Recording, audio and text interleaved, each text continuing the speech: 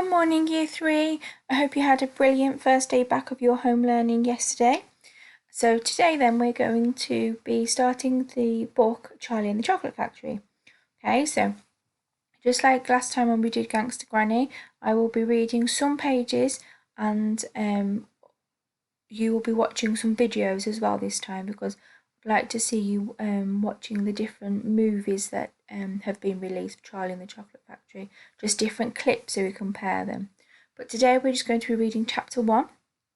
So then, let's see our characters who we've got in Charlie and the Chocolate Factory. So, introducing Charlie Bucket, Mr. Willy Wonka, Augustus Gloop, Mike TV, Veruca Salt, Violet Beauregard, and the Oompa Loompas.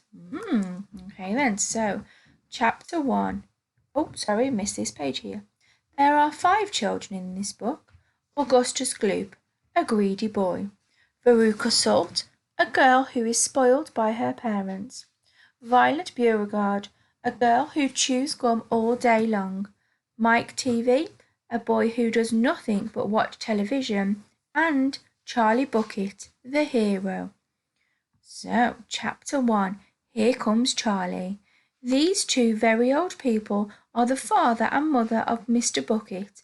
Their names are Grandpa Joe and Grandma Josephine. And these 2 very old people are the father and mother of Mrs. Bucket. Their names are Grandpa George and Grandma Georgina. This is Mr. Bucket. This is Mrs. Bucket. This is Mr. Bucket. This is Mrs. Bucket. Mr. and Mrs. Bucket have a small boy whose name is Charlie Bucket. This is Charlie. How do you do? And how do you do? And how do you do again? He is pleased to meet you. The whole of this family, the 6 grown-ups, count them, and little Charlie Bucket, lived together in a small wooden house on the edge of a great town. The house wasn't nearly large enough for so many people, and life was extremely uncomfortable for them all. There were only 2 rooms in the place altogether, and there was only 1 bed. The bed was given to the 4 old grandparents because they were so old and tired. They were so tired they never got out of it. Grandpa Joe and Grandma Josephine on this side, Grandpa George and Grandma Georgina on this side. Mr. and Mrs. Bucket and little Charlie Bucket slept in the other room up on mattresses on the floor. In the summertime this wasn't too bad, but in the winter freezing cold draughts blew across the floor all night long, and it was awful. There wasn't any question of them being able to buy a better house, or even one more bed to sleep in. They were far too poor for that. Mr. Bucket was the only person in the family with a job. He worked in a toothpaste factory, where he sat all day long at a bench and screwed the little caps onto the tops of the tubes of toothpaste after the tubes had been filled. But a toothpaste cap screwer is never paid very much money, and poor Mr. Bucket, however hard he worked and however fast he screwed on the caps, was never able to make enough to buy 1/2 of the things that so large a family needed. There wasn't even enough money to buy proper food for them all. The only meals they could afford were bread and margarine for breakfast, boiled potatoes and cabbage for lunch, and cabbage soup for supper. Sundays were a bit better. They all looked forward to Sundays, because then, although they had exactly the same, everyone was allowed a second helping. The Buckets, of course, didn't starve, but every one of them, the 2 old grandfathers, the 2 old grandmothers, Charlie's father, Charlie's mother, and especially little Charlie himself, went about from morning till night with a horrible empty feeling in their tummies. Charlie felt it worst of all, and although his father and mother often went without their own share of lunch or supper so that they could give it to him, it still wasn't nearly enough for a growing boy. He desperately wanted something more filling and satisfying than cabbage and cabbage soup. The one thing he longed for more than anything else was chocolate. Walking to school in the mornings, Charlie could see great slabs of chocolate piled up high in the shop windows, and he would stop and stare and press his nose against the glass, his mouth watering like mad. Many times a day he would see other children taking bars of creamy chocolate out of their pockets and munching them greedily, and that, of course, was pure torture. Only once a year, on his birthday, did Charlie Bucket ever get to taste a bit of chocolate. The whole family served up their money for that special occasion, and when the great day arrived, Charlie was always presented with one small chocolate bar to eat all by himself. And each time he received it, on those marvellous birthday mornings, he would place it carefully in a small wooden box that he owned and treasure it as though it were a bar of solid gold. And for the next few days he would allow himself only to look at it, but never to touch it. Then, at last, when he could stand it no longer, he would peel back a tiny bit of the paper, wrapping at one corner to expose a tiny bit of chocolate, and then he would take a tiny nibble, just enough to allow the lovely sweet taste to spread out slowly over his tongue.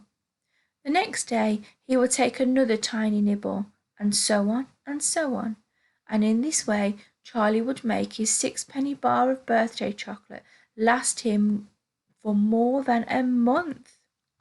But I haven't yet told you about the one awful thing that tortured little Charlie, the lover of chocolate, more than anything else. This thing, for him, was far, far worse than seeing slabs of chocolate in the shop windows or watching other children munching bars of creamy chocolate right in front of him. It was the most terrible, torturing thing you could imagine, and it was this. In the town itself, actually within sight of the house in which Charlie lived, there was an enormous chocolate factory. Just imagine that. And it wasn't simply an ordinary enormous chocolate factory either. It was the largest and most famous in the world.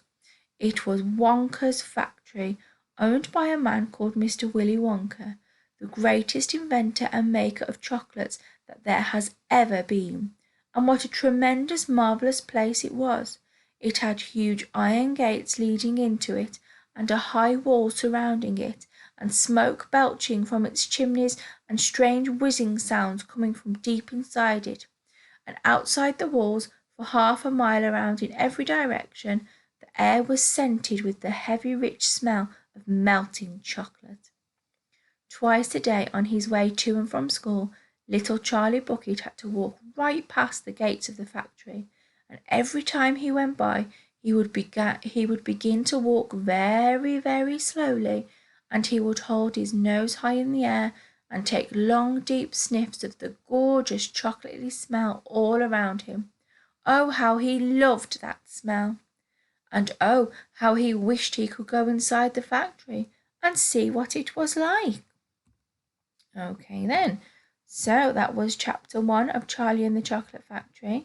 So today you are going to write some descriptive sentences about Charlie Bucket. Okay, so we're going to go onto the flip chart and we're going to do this part now. So we've just read the beginning of Charlie and the Chocolate Factory. So what I would like you to do now is I would like you to pause this video and I want you to have a go at answering these questions, okay? You can write them in your book or on a piece of paper, or you can just think about the questions in your head. But I would like you to take some time and I want you to answer these questions, please. So they say, what do you know about Charlie Bucket after reading chapter 1? Do you like him? Why and why not? And what would you say to him if you ever met him? Okay, so pause this video now and answer those 3 questions for me, just so you can get your brains working. Okay then, so today we're going to be looking at Charlie Bucket's appearance, okay? So it is important that a character description allows the reader to picture what the character looks like. So by the end of this week, you will be writing your own character description about Charlie Bucket. Okay, but today we're just going to get some ideas down, okay? So look at Charlie Bucket. What features would you want the reader to picture? Okay, so let's have a look at him. What does he look like? Okay, so this is just talking about his appearance. So I'm going to change the colour so we'll be able to see it better. Okay, then so I'm going to start off by the very top. And I can see that he has got short hair. Okay, straight away. Okay, His face looks quite thin, so I'm going to put a thin face. Okay. His whole physique, so his whole body shape, is rather slim. Okay, and that means that he is quite skinny. Okay, and we know that he's quite skinny because he doesn't really eat a lot. Okay, and he's here and up here as well. His clothes don't look great, so he wears ripped clothes. Okay, so that is just get some ideas onto the paper for you, just straight away. Okay, obviously if you've got any other ideas, then you can write those down in your book as well. Okay, so let's just features what you want the reader to picture. So when we describe Charlie Bucket to somebody who has never read Charlie and the Chocolate Factory before, we want this image or something very similar to this image to go in their heads. So we need to make sure that when we are writing, our words and our description and our adjectives that we use are really clear so we can create a picture in somebody's head. Okay then, so I'm going to look more now at some adjectives to use to create a picture of Charlie Bucket. Okay, so think carefully about what is most important for your reader to know. So on here I've said that he has got short hair.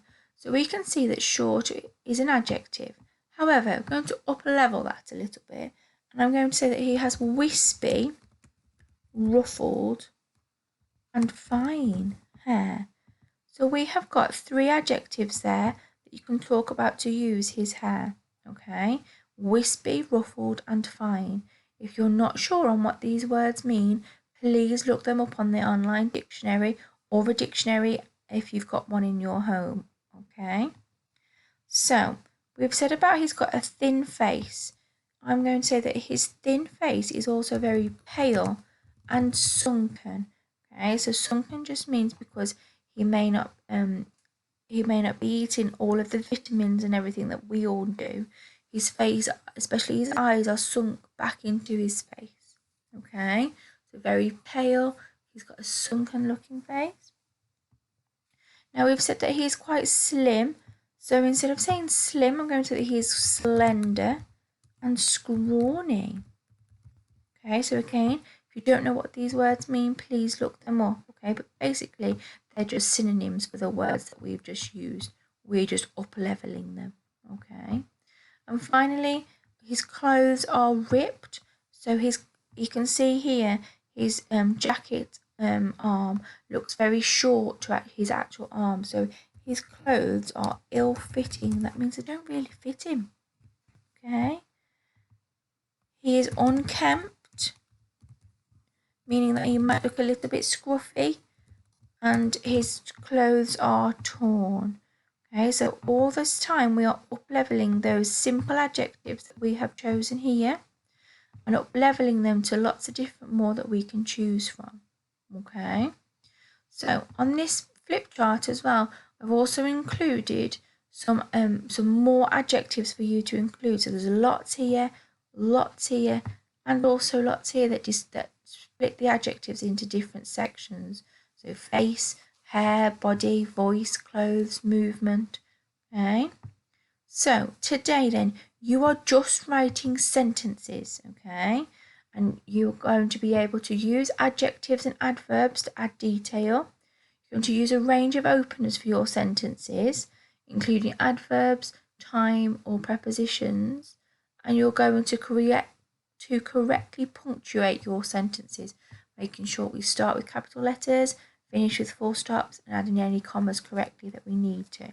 Okay then, so as I've just said, we're just writing sentences today. I'm going to change my colour again, and we're going to stick with black, okay? So I'm going to start off by just using Charlie Bucket. It's okay to use his name, but please don't keep repeating the sentence opener, because your step to success is to use a range of openers. Okay, so Charlie Bucket is I'm just going to extend that so there we go, is a small young boy who lives with his parents and grandparents. Okay, so just a very simple sentence to start off with. Okay, if you want to, you can, for an extra challenge, up level those two words, those two adjectives. Okay, let's carry on then. So that's our first sentence. Every morning, comma, so that's my opener. So instead of using Charlie Bucket, I've changed my opener, use a range of openers. Every morning, Charlie wakes up with a horrible, empty feeling in his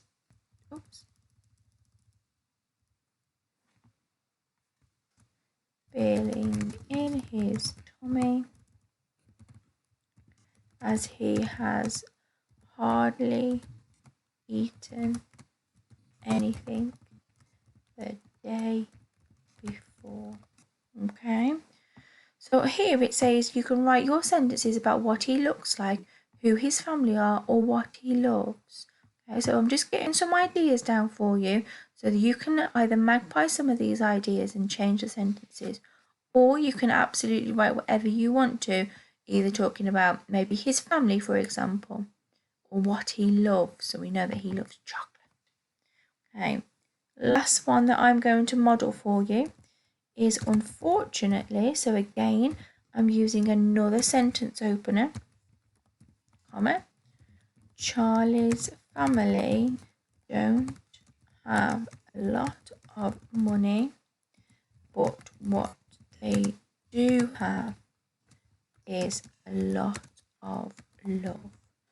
Okay, and we know that because even though they don't necessarily live in the best house, okay, they're always sharing their food, they're always looking out for each other, and that shows that they love each other so very much. Okay then, so just go back to our steps to success then. I can use adjectives and adverbs. Well, yes, I've done that, but I haven't finished off writing all of my sentences. So, I'm going to highlight that orange.